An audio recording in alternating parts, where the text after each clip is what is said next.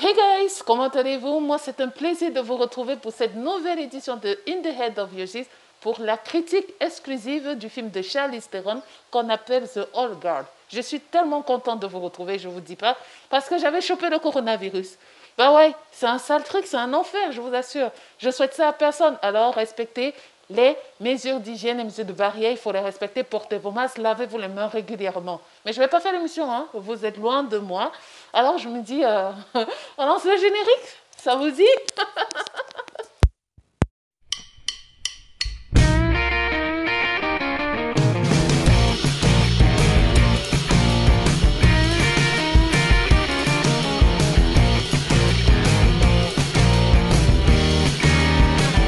Comme je vous l'ai dit, je vais vous parler d'un film de Charlize Theron qui s'appelle The All God. C'est un film qui est sorti sur Netflix il y a peu. Et je me suis dit, je vais vous faire la critique exclusive parce que j'avais vraiment besoin que ça sorte ce que j'avais à dire sur ce film. Avant de donner la note, je vous assure, j'ai beaucoup à dire sur ce film. Qu'est-ce que je dois dire sur ce All God? En fait, c'est mieux que je vous parle du synopsis. Ok, c'est l'histoire des immortels qui change le cours de l'histoire, c'est-à-dire s'il y avait un génocide au Cameroun, il tue le méchant du génocide, ce qui fait en sorte que les grands chanteurs tels que Mibon Mimanibé ou bien des chanteurs comme le Grand Barak ou bien allaient sortir des tubes, quoi. Si on les tuait avant, il n'y aurait pas eu le fameux tube. Je ne sais pas si vous voyez un peu le contexte. Donc, ils sont traqués par des gens qui veulent savoir comment est-ce qu'ils font pour rester immortel. Mais comme c'est dit dans ce film, rien n'est immortel, rien n'est éternel, même les immortels ne sont pas éternels. On découvre au fur et à mesure que le film passe que voilà, ils ont une date d'expiration, quoi. Un jour, ils peuvent mourir. On est encore bien dans le film, vous me suivez. Voilà. Que dire de ce film? C'est une c'est un divertissement, vraiment. S'il faut dire que, s'il faut se poser la question, est-ce que c'est un bon film d'action? Oui, c'est un bon film d'action. Est-ce que c'est divertissant? À souhait, c'est divertissant. Peut-être parce que je suis une femme, mais les hommes pourraient dire peut-être que non, c'est pas divertissant, mais bon, restons sur le juste milieu, c'est quand même divertissant, c'est pas à souhait, ok? C'est mieux que Extraction quand même. Je ne me suis pas trop ennuyée comme dans Extraction. Donc, oui, on passe un bon moment comme dans Extraction. Mais Extraction, c'est pas un film. Je parlerai de ça une autre fois. C'est réalisé par Gina Prince by The Wood. Alors, pour ceux qui la connaissent, elle a beaucoup plus fait des séries TV et elle a signé 3 longs métrages. Donc, c'est son premier film d'action et je trouve que pour ça, elle a remporté le challenge haut la main. Qu'est-ce qu'il faut ajouter? Parlons des scènes de combat. Les scènes de combat sont lisibles, un peu bien chorégraphiées, donc je me dis quand même qu'elle a été aidée surtout dans le scénario par les dessinateurs du comics parce que il faut que je mentionne que The All Guard c'est un comics. Bon, on a retrouvé Lopez, on a retrouvé Ruka, non Fernandez et Ruka qui sont les dessinateurs du comics. Ils ont aidé dans le scénario et la mise en scène qui m'a un peu semblé un peu lourde aussi un peu, mais l'histoire est bien narratée.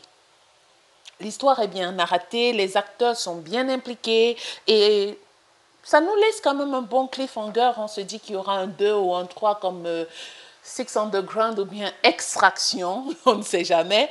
Bon, mais sinon, on reste accroché à la phrase qui revient à tout moment, même devant l'éternité. Ben, rien n'est éternel, quoi. Et après, même les immortels, ils vont foncer jusqu'à ce que mort s'en suive. Bon, maintenant, ce que je n'ai pas vraiment apprécié, c'est le méchant de l'histoire. Parce que le méchant de l'histoire, il n'a rien de charismatique. Il n'est pas charismatique. Il est niais, il est mou. On s'ennuie avec lui. Bon, voilà. Si vous avez regardé Batman contre Superman, Lex Luthor, dans ce film, c'est à peu près la même chose. C'est-à-dire, il n'a rien de si spécial. Il n'y a pas d'enthousiasme, il n'y a pas de fun, il n'y a pas de... Ouais, il n'y a rien. Il n'y a rien qui te prouve que, voilà, il est le méchant de l'histoire. À la limite, même tu t'ennuies. Franchement, tu t'ennuies avec lui. Il est agaçant. C'est-à-dire que c'est presque impossible de l'aimer. Déjà, parallèlement, perpendiculaire, c'est impossible de l'aimer, quoi. Tu ne peux pas l'aimer. Bon, il y a beaucoup de longueur, surtout entre le kidnapping de deux des acteurs avec la fin, c'est long, c'est lourd. C'est long, oui, c'est lourd, voilà quoi. Et après, s'il faut parler des scènes d'action, comme j'ai dit, elles ne sont pas si impressionnantes, elles ne sont pas si excellentes. On est comme, je dirais, le juste milieu, c'est bien chorégraphié, c'est parfois... On se trouve, et ce qui est ennuyeux aussi, c'est parce que c'est un peu à sens unique, quoi. C'est-à-dire, ils sont toujours en train de taper, c'est eux les plus forts. Il existe plusieurs actions quand même, quelques actions à main nue et avec les armes aussi qui rendent un peu la situation un peu excitante. Donc c'est pour ça que je dis, ce film, de ce côté, elle a quand même réussi. Hein, By the Wood Prince, là, elle a réussi. La bande originale, par contre, j'ai kiffé la bande originale. Elle est moderne, elle est d'actualité. On retrouve ces côtés soft, suaves, ce côté entraînant, un peu drama, quoi. Et oui, bon, maintenant, s'il y a quelque chose que je peux dire de mauvais, de plus que mauvais que ce que j'ai à dire, c'est que c'est regrettable qu'un film soit tellement terne et stéréotypé. Comment je peux expliquer ça? C'est-à-dire que si on n'a pas lu les comics, on ne peut pas donner une place, on ne peut pas mettre en place une identité à ce film si on n'a pas lu ce comic. C'est-à-dire que l'univers, il n'est pas propre, il n'est pas logique, il n'est pas emboîté normalement pour nous quand on regarde ce film. C'est pour ça qu'on espère qu'avec un cliffhanger, avec le cliffhanger final, on se dit quand même qu'on va y arriver. Parce que, comme je l'ai expliqué, c'est...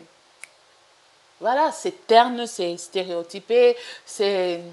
Il manque un truc, mais je ne sais pas comment appeler ça. C'est-à-dire que les personnages sont bien représentés, ils sont impliqués dans le film, ils jouent très bien leur rôle, et on retrouve alors ce truc que j'en ai marre de voir ça dans tous les films et les séries. Les femmes fortes. OK? On a les femmes fortes, les femmes afro-américaines fortes, les homosexuels forts, donc ça veut dire qu'on représente la LGBTQ+, on a, bref, du politiquement correct. Et ça, franchement, si on doit voir ça dans tous les films, autant mieux aller regarder les biopics, hein, autant mieux aller regarder Doudoua et Ubikarata, quoi. Ça, c'est nouveau, c'est nous. Donc, franchement, et puis et si on doit aller plus loin dans cette histoire, eh bien, on se retrouve avec ce truc de cosmopolitisme, c'est-à-dire que cet ensemble d'événements qu'on connaît, c'est-à-dire les oppressés, les opprimés, les enfants, les citoyens du monde maltraités qu'on doit laisser à leur propre sort, les enfants africains dans le monde, dans le milieu arabe, jamais dans le Cameroun, jamais à Issos, jamais en Gousso, jamais rien. Non, on retrouve les mêmes choses et ça rend ce film un peu lourd. C'est ça qui met cette mise en scène un peu lourde. Franchement, ça m'énerve même d'en parler. Donc, je dis côté action, c'est bien. Chorégraphie des scènes d'action, c'est bien. Mise en scène, un peu lourd. Charlize Theron et les autres acteurs, ils sont au top, ils sont bien impliqués. Mais bon, on a besoin d'en connaître plus. Si on n'a pas lu le comics, on peut pas, on est perdu. On est vraiment, vraiment, vraiment perdu. Donc, c'est la raison pour laquelle, pour tout ce que j'ai cité, je donne la note de 2. Ouais. J'ai essayé d'être gentil en donnant 2,5, mais... Oh. Ah, c'est parce que je suis une femme que je dis 2,5.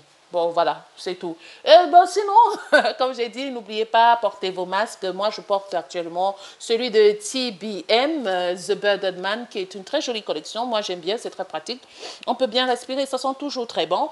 N'oubliez pas de laver vos mains régulièrement avec du savon et aussi évitez d'être dans les endroits où vous allez vous retrouver avec n'importe qui pour vous filer, et évitez de vous toucher le nez parce que c'est ce petit geste-là qui vous rend malade, quoi. Bon, je reviendrai avec l'émission que je prépare depuis 3 semaines avec l'équipe qui parle du Black Lives Matter. Donc, franchement, restez en poste. Je vous reviendrai sur ce. Sayonara dans la Shimameru.